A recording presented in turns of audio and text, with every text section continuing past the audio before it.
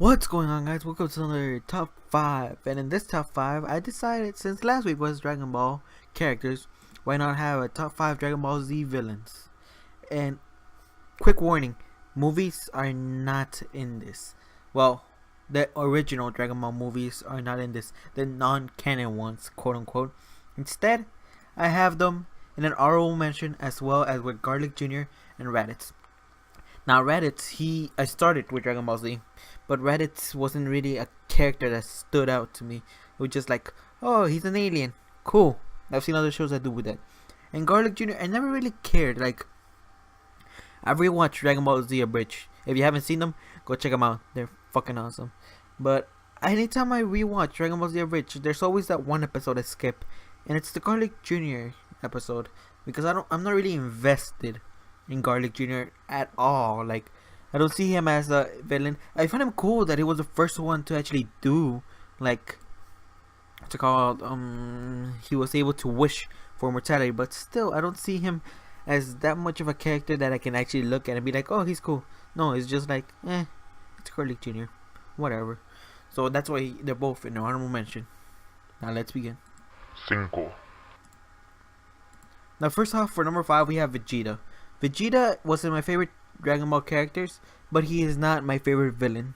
It's hard to understand, but Vegeta I see as my character, and it's the same. I didn't really change anything. I just moved him up 4 spots to the top. Anyway, I have him at number 5, not 4. 4 somebody else. I have him at number 5 because he's been a villain.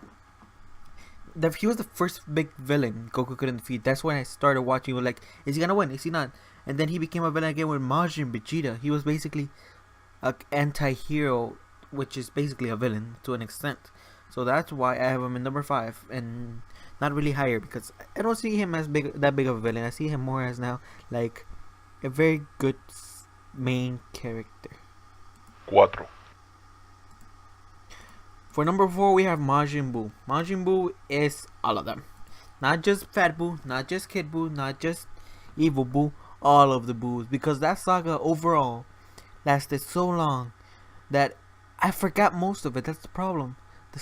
I remember more of the lead up to Majin Buu than I actually remember seeing him doing, like, fighting. I remember his comedy acts with Hercule. I remember the final Spirit Bomb. But overall, him as a character is not that. I can't recall it as well as some of the other characters, like number 3, for example. 3.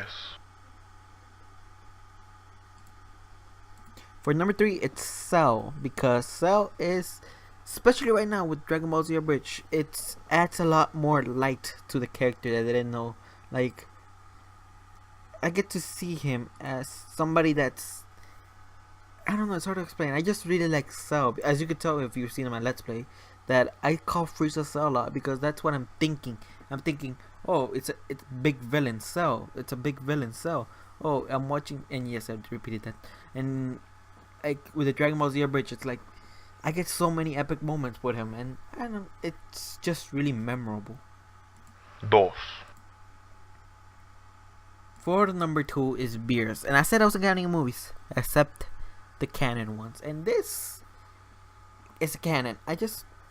Beerus is a more recent addition that isn't really a villain anymore. But if you think about it, he could turn around any moment too. Goku's dead. You saw him kill Sumazu if you caught up with the Dragon Ball Super anime. But you see this character as Almighty God, someone who even Goku couldn't defeat, and Super Saiyan 3.